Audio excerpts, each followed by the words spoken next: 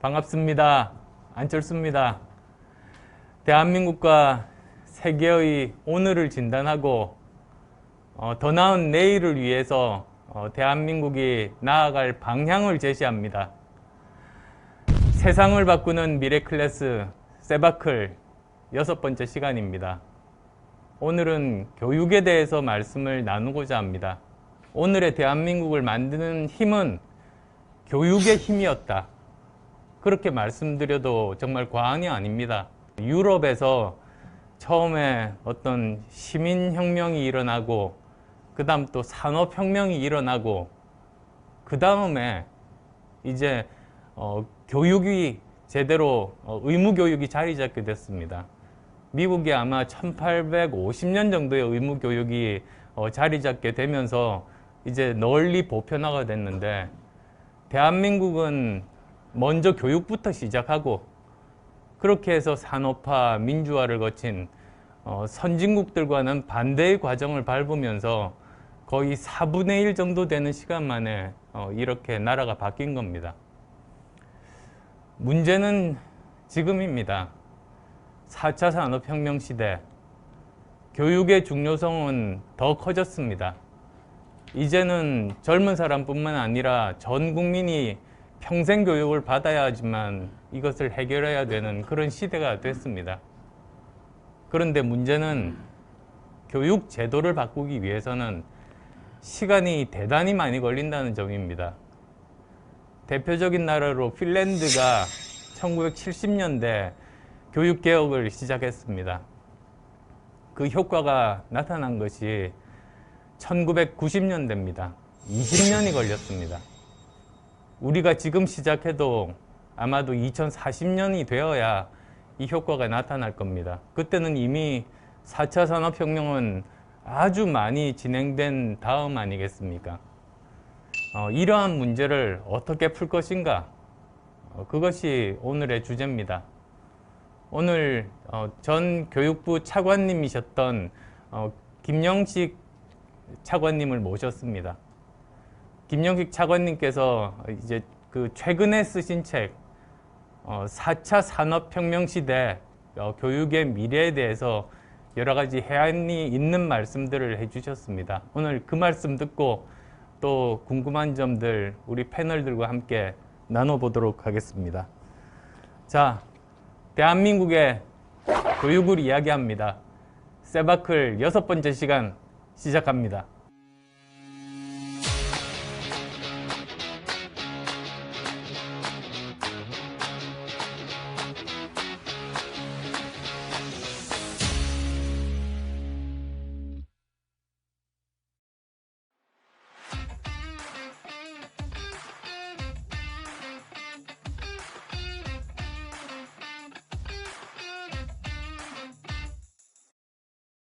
네, 여러분 반갑습니다. 요즘 우리가 보통 우리가 살고 있는 사회를 얘기할 때 한 번도 경험해 보지 못한 세상 뭐 이런 얘기 많이 하시잖아요. 그만큼 우리 사회가 이제 빨리 변화하고 있다는 얘기죠. 제가 지금까지 여러 가지 그 표현 중에 굉장히 그 충격적이고 인상적인 표현을 지금도 기억하고 있는데 2005년도에 세계는 평평하다 하는 책을 제가 이제 펼쳐보니까 첫 챕터에 뭐라고 되어 있냐면 내가 잠든 사이에도 세상은 변하고 있다. 이 말이 저한테 굉장히 충격적이었어요. 물론 세상이 변화하고 있다는 것은 알지만 우리가 잠든 사이에도 세상은 끊임없이 변하고 있다. 4차 산업혁명이라는 용어가 사실은 2016년 1월 달에 그 스위스 다보스 포럼에서 슈밥 회장이 이제 이런 말을 했죠. 우리가 지금까지 살아왔던 그 세상과 전혀 비교할 수 없는 아주 완전히 뒤바뀌는 그런 기술혁명이 다가오고 있다. 이걸 지칭해서 4차 산업혁명이라고 하자. 이제 그렇게 해서 그 이슈가 굉장히 우리 사회 전반에 이제 널리 퍼지게 되었습니다. 그간에 우리 교육 현장에서도 많이 변화가 많이 오는 사실이죠. 사실인데 보통 우리가 얘기할 때 이제 교육은 굉장히 좀 보수적이라는 얘기를 참 많이 하지 않습니까?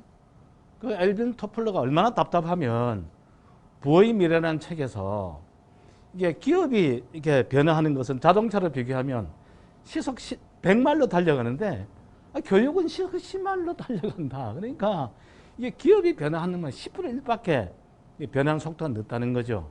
어쨌든 우리 교육이 미래에 변화되는 것은 틀림없어요. 우리 교육이 앞으로 어떻게 변화되고 있고 변화될 것이다 하는 예측을 해보는 시간으로 가지겠습니다. 자, 첫째 하나는 오늘날의 지식과 기술의 변화 속도가 이게 산술적으로 변하는 게 아니라 아주 기하급수적으로 변합니다. 그러니까 워낙 빠르게 변하기 때문에 이게 어제 교과서에 써있던 그 지식이 극단적으로 표현하면 오늘 자고 나면 그게 아주 오래된 지식이 되고 어떻게 보면 쓸모없는 지식이 된다. 교육부거죠. 검인정 교과서는 5년마다 교육과정을 바뀌잖아요. 그러면 세상이 이렇게 바뀌는데 아직도 5년 해가지고 교과서를 펴내면 그 교과서 벌써 틀린 교과서인데 그 쓸모가 없죠. 자, 두 번째는 이제 인터넷 세상이네요. 모든 것이 인터넷으로 연결되는 초연결 사회에서 지식의 전달, 지식의 생산, 지식의 축적 이 부분은 특정 전문가의 한 사람이 이해서가 아니라 이런 집단지성으로 이루어집니다. 집단지성으로 이루어진 위키피디아 백과사전이 250년의 브리테니카를 무너뜨린 거예요. 이게 오늘날의 세상입니다. 요즘은 각 분야에 뭐 산업이든 뭐 학문이든 영역에 경계가 있으면 영역 경계가 없습니다. 인문, 뭐 사회, 자연과 세상이 얼마나 바뀌었는데 지금은 그걸 이렇게 분리해가지고는 우리 인류가 당면하고 있는 이 복잡한 문제를 해결할 수가 없어요. 마지막으로 저출산 문제가 전 세계적으로 심각한 문제예요. 경제력을 이게 향상시키는데 이 노령화 인구의 생산 노동 능력을 어떻게 높일 것이냐 이게 각 국가가 가지고 있는 굉장히 중요한 문제예요. 여기서 평생학습이라는 문제가 이제 제기되는 거죠. 지금은 누구나가 20대든 어린이든 80대든 내 스스로 학습할 수 있는 그런 시스템으로 갈 수밖에 없는 거죠. 그래서 이제는 티칭이 아니고 러닝으로 그러니까 교육 시대가 아니라 이제는 학습 시대로 넘어갈 수밖에 없는 큰 흐름을 제가 간단하게 말씀을 드렸습니다. 그것이 그러면 앞으로 이제 미래의 교육에 어떤 영향을 줄까? 첫째 가장 중요한 포인트는 지금까지 우리가 경험하고 가지고 있는 어떻게 보면 전통적인 교육 시스템은 완전히 무너집니다. 전통적인 이런 교육 시스템 가지고는 이렇게 급격하게 변화하는 미래사회는 도저히 따라갈 수가 없다. 마이클로 칼리지라는 게 이미 미국에서 벌써 등장을 했습니다. 그게 2012년도예요. 자, 이건 뭐냐면 학위하고는 전혀 관계없습니다. 대학의 교육은 너무 산업 현장과 이게 안 맞기 때문에 그래서 나온 게 마이크로 칼리지예요. 이건 딱 3개월 과정입니다. 그럼 예를 들면 3개월 과정에 드론에 대한 것을 집중적으로 3개월만 교육시켜서 이걸 바로 산업 현장에 투입시킵니다. 두 번째는 이제 앞으로 교사의 지위는 그 역할이 상당히 위축됩니다. 그럼 누가 대신하느냐? AI가 하는 거죠. 인공지능이 발달되면 상당 부분을 인공지능이 교육 현장에서 하고 있습니다. 미래사회 인공지능이 발달되면 교육이 리얼타임 학습이 가능해요. 3년 전에 만든 그 교과서를 보고 하는 게 아니라 실제 교육 포털로 가지고 리얼타임으로 현실적인 문제를 토론하고 주고받고 하는 문제. 그 다음에 개별 학생에 대한 자기 수준에 다 맞춰서 맞춤형 개별 학습이 이제는 그게 일반화될 수 있다. 그런 식으로 교육이 가게 될 겁니다.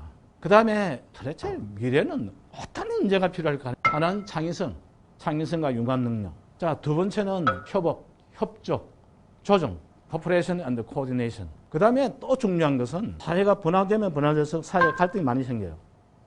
거기서 제일 중요한 것은 소통 능력과 공감 능력이에요. 그 다음에 이제 우리 새로운 미래 사회에 이제 대비하는 측면에서 보면 이제는 인터넷을 모르고 컴퓨터를 모르고 뭘 한다? 그건 어렵잖아요. 그래서 컴퓨터적인 사고방식, 컴퓨팅 띵킹, 이게 대단히 중요해요. 그래서 이제 코딩 교육을 굉장히 많이 하던데요. 그 다음에 마지막으로 비판적인 사고. 그러니까 우리가 사회를 보는 관점에 있어서 너무 한쪽으로 치우쳐서 보는 거, 이건 대단히 위험하거든요. 이 엄청난 정보 시대에 살고 있기 때문에 그 정보의 상황을 정확하게 판단하고 분석하는 그 능력이 대단히 중요합니다. 그래서 비판적인 사고, 이 5가지가 미래 사회에 꼭 필요한 그런 어떤 인재가로서 가져야 될 것. 막 그런 것들을 예로 들 수 있습니다. 어쨌든 결론을 맺으면 교육이 참 변화되긴 어려워요. 아까 대표님 말씀하신 것처럼.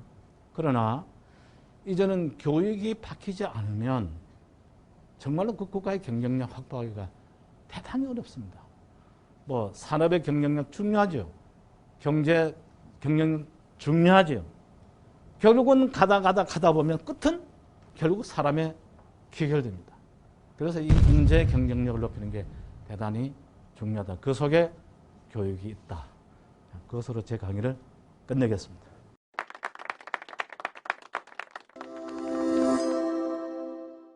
세상을 바꾸는 미래클래스 세바클, 오늘 6번째 시간으로 4차 산업혁명 시대 교육의 미래에 대해서 김영식 전 교육부 차관님과 함께하고 있습니다.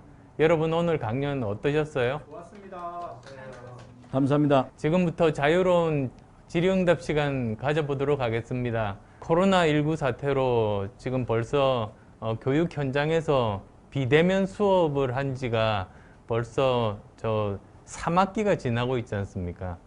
문제가 우리나라의 그 일러닝에 대한 그런 그 투자가 지금까지 잘 되어 있지 않다 보니까 상위에 있는 학생들은 그전과 비슷하지만 중위권의 학생들이 사라지고 대부분 하위권의 학생들이 많아지게 되는 교육의 양극화 현상이 굉장히 심각하다고 그렇게들 우려를 하고 있는 그런 상황입니다. 그래서 지금 바로 다음 학기 이런 문제들에 대해서 조금이라도 완화시킬 해법이 있을지, 우리나라 이 e-learning 어떻게 준비를 해야 될지 그런 말씀 듣고 싶습니다. 제 생각에는 비대면 교육을 좀 잘하고 있는 그런 사례를 굉장히 좀 압축적으로 좀 해서 좀 지도를 해주는 게 저는 일차적으로 중요하고, 그 다음에 이제 비대면 교육에 따라서 그간의 학력 격차가 어떻게 됐는지 빨리 저는 진단을 할 필요가 있다. 학력의 격차가 이렇게 더 벌어지게 된 원인을 빨리 분석을 해서 그것이 학생들의 어떤 학습 성취 동기 부족인지 아니면 컨텐츠에 대한 흥미도의 부족인지 이런 부분은 좀 철저히 점검해서 한번 일괄해서 한번 이게 큰 그림을 좀 그릴 필요가 있다. 그 정도로 답을 좀 드리겠습니다. 네, 저는 초등학생 이제 양육하고 있는 학부형인데요. 제가 초등학교를 다닐 때에 비해서 우리 아이들이 지금 학습하고 있는 방식은 10마일 정도의 속도이긴 하지만 그래도 변해서 참 다행이다 그런 생각을 하는데, 그러면서도 혼란스러운 게 평가 방식이 바뀌지가 않으니까 교육의 내용이 바뀌어도 큰 의미가 있나? 창의성, 소통 능력 이런 것들이 미래형 인재들의 핵심 역량인데 이것들이 과연 측정이 가능할까, 그리고 공정하게 평가가 가능할까, 이런 생각이 또 이어졌습니다. 미래에서의 평가 방식이 어떤 점을 고민해야 되는지 여쭤보고 싶습니다. 초등학교는 그런 대로 변화가 많이 왔어요. 그런데 이제 중학교, 고등학교 올라갈수록 변화가 이제 아까 제가 말씀드린 전통적인 모양으로 이렇게 됩니다. 그 중심에 이제 대학 입시라고 하는 수능시험 제도라고 하는 것 하나가 연결되어 있고 평가라는 문제하고 연결되어 있어요. 우리 교육이 변화되지 못하는 여러 가지 이유 중에 하나가 부모님의 어떤 교육관, 이것도 굉장히 영향을 주고 있어요. 야, 옛날 애들은 말이야, 뭐 한자도 다 알고 말이야. 근데 한자도 모르고 뭘 알아? 이렇게 하지만 당사자 입장은 아니, 나 컴퓨터도 잘하고 다 저래요. 예? 그러니까 부모님의 어떤 전통적인 편견도 저는 바꿀 필요가 있다. 그래서 일단은 아이에게 스스로 공부할 수 있는 어떤 습관과 호기심을 길러주는 그런 분위기를 조성해 주는 저는 대단히 중요합니다. 저는 아무래도 이제 대학에 있다 보니까는 온라인 수업이라든가 그리고 온라인으로 뭐 학생들과 인터랙션 하는 것도 정말 과거에는 대기업의 전유물이라고 생각했는데 이게 이제 굉장히 보편화되는 속도가 굉장히 빠른 것 같습니다. 근데 상황은 이렇게 변하고 있는데 정부에서는 이러한 그 대학 교육의 혁신에 대해서는 정말로 이번 팬데믹 3학기를 겪어보면서 보니까요. 이게 역행을 하고 있는 것 같아요. 미래의 교육 비전, 대학의 비전은 정말로 개방되고 유연하고 유동적이고 유기적이고 이렇게 가야 되는데 대통령의 의지부터 시작해가지고 우리나라 사회에서는 아직까지 이게 왜 그렇게 추진할 수 있는 동력이라든가 그런 게 왜 이렇게 미약할까요? 미국의 대학이 왜 강했을까? 그건 자율과 책임이에요. 예를 들면 연방정부에서 이제 보조금을 주면 역시 마찬가지로 이제 보조금 잘 썼나 무슨 그 정도는 하지만 기본적인 원칙이 대학에 자유를 맡기는 거예요. 자, 시대가 좀 변했으니까 이제는 대학은 대학의 책임에 맡겨줘야 된다. 그래야 대학이 발전할 수 있는데 아직도 이제 어떤 하나의 틀에 맞춰서 평가를 하는 것은 대학의 발전을 막는 그런 결과가 돼요. 마찬가지지만 좀 각 분야의 전문성을 가진 사람이 그 부처의 책임자로 가는 게 저는 맞다. 그런 정도로 답을 내리겠습니다. 교육은 사회의 희망이고 미래 세대의 행복이다라고 저는 생각을 했습니다. 그래서 교육은 공정해야 되고 교육에는 다른 색깔이 입혀지면 안 되는데 현재의 대입학력고사를 보면 사실상 있는 자들의 대잔치가 될 수밖에 없어요. 이 교육의 공정과 그 교육의 부패를 없애서 교육이 사회의 희망과 미래 세대의 행복을 위해서 희망의 사다리를 어떻게 만드는지, 어떻게 만드는 게 좋은지 한번 고개를 듣고 싶습니다. 지금 예를 들면 수학능력 시험은 결국 미래 제도에는 맞지 않는 제도입니다. 이거 미래는 우리가 창의력, 소통력 뭐 이렇게 얘기해 놓고는 실제 시험 치고 있는 거는 점수 가지고 점수 경쟁하잖아요. 근데 맞지가 않는 거죠. 최근에는 미국에서도 유명 명문대학에서 SAT 점수를 고려하지 않겠다라고 했습니다. 그리고 왜냐하면 역시 SAT도 미래사회에 필요한 어떤 능력을 측정하는 것은 좀 거리가 멀다라고 판단한 거예요. 수능 시험을 잘 보고 학업 성적이 좋아서 성공한다? 저는 그거는 아니라고 봐요. 그러면 우리가 학생들은 뭘 해줘야 되느냐? 자기가 가지고 있는 능력, 소질, 이걸 정말로 성공적으로 발전해 나갈 수 있게 학교의 모든 제도가 그렇게 재편되면 학생들의 흥미도 돋아지고 그렇게 될 수 있다. 또 한 가지만 네. 더 네. 좀 여쭤보고 네. 싶습니다. 지금 현재 우리나라 초등학교 6년, 중학교 3년, 고등학교 3년, 대학교 4년 이런 학제가 1951년부터 지금까지 70년간 변하지 않고 있지 않습니까? 그런데 70년 전에 초등학교에 입학하는 학생들의 나이와 지금 초등학교 입학하는 학생의 나이 동일하다는 게 사실은 좀 더 일찍 입학을 시켜도 지금은 되는 시대가 아니겠습니까? 학제를 개편하는 문제, 그리고 평생교육이 꼭 필요한 시대가 됐으니까 종합적으로 계획을 세우고 그 토대 아래서 가장 우리에게 적합한 학제를 이렇게 새로 만들어가는 그런 시대가 아닌가, 그런 생각들을 하고 있고요. 그게 저는 교육개혁의 하나의 중요한 주제라고 생각하고 있습니다. 거기에 대해서는 어떻게 생각하시는지요? 우리 안 대표님은 정부에 와서 큰일 좀 하셔야 되겠어. 이게 지금 저도 오래전부터 이제 주장하던 부분인데 이 학제를 전면적으로 손질해야 됩니다. 자, 현재 문제를 제가 몇 가지 예시를 할게요. 자, 지금 어린이집 역할과 유치원 역할이 비슷해요.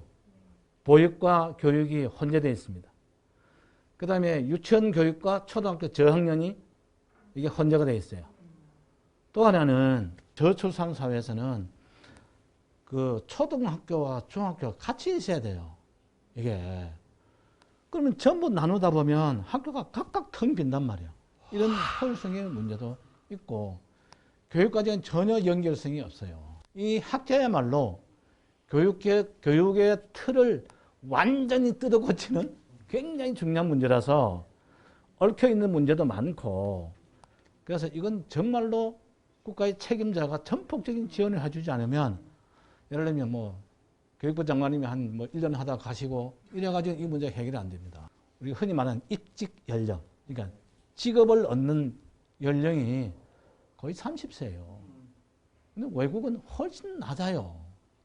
그러면 경제적으로도 좀 일찍이 직업을 해야 되는데 그 학교 와가지고 그냥 다 6, 3, 3, 4 이렇게 다 해가지고 그 많은 시간을 다 뺏기고 군대까지 해야 되고 그러니까 이게 경제적인 측면에서도 경제활동 측면에서도 굉장히 지금 문제를 많이 안고 있어요. 그래서 정리해서 말씀드리면 이 학교 문제는 반드시 필요하다.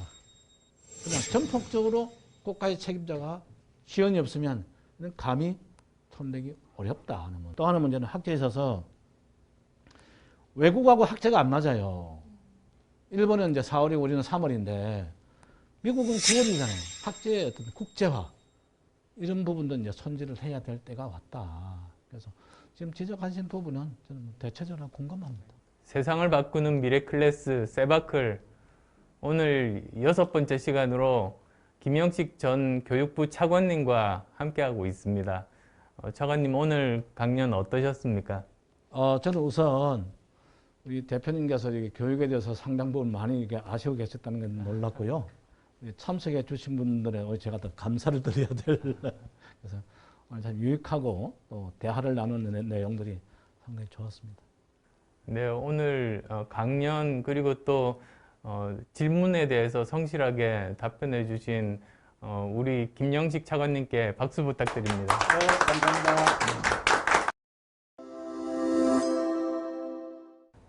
교육은 국가의 기본 중에 기본입니다. 특히 대한민국처럼 자원이 부족한 나라, 인재가 많은 나라에서는 특히 교육의 중요성은 아무리 강조해도 지나치지 않는다고 생각합니다. 그런데 우리나라 교육이 위기에 빠져 있습니다. 4차 산업혁명 시대에 맞는 교육을 우리나라 교육제도가 학생들에게 공급을 해야 되는데 점점 더 지금 뒤처지고 있는 그런 상황입니다. 그래서 지난 2017년 대선 때 저는 교육개혁이 국가의 가장 중요한 과제라고 생각했습니다.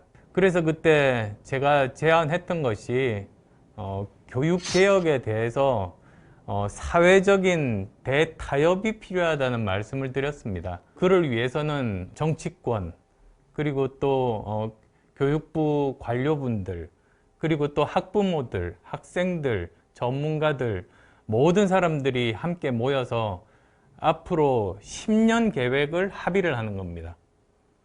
그렇게 되면 모든 정치 세력들이 다 같이 합의를 한 내용이기 때문에 정권이 바뀌더라도 그 지속성은 어느 정도 담보를 할 수 있고요. 여기에다가 하나 더, 이런 10년 합의를 매년 하는 겁니다. 그렇게 되면 올해 한다면 2030년까지, 그리고 또 내년에 한다면 또 한 해 더, 이런 식으로 합의를 하게 되면 연속성이 담보가 됩니다.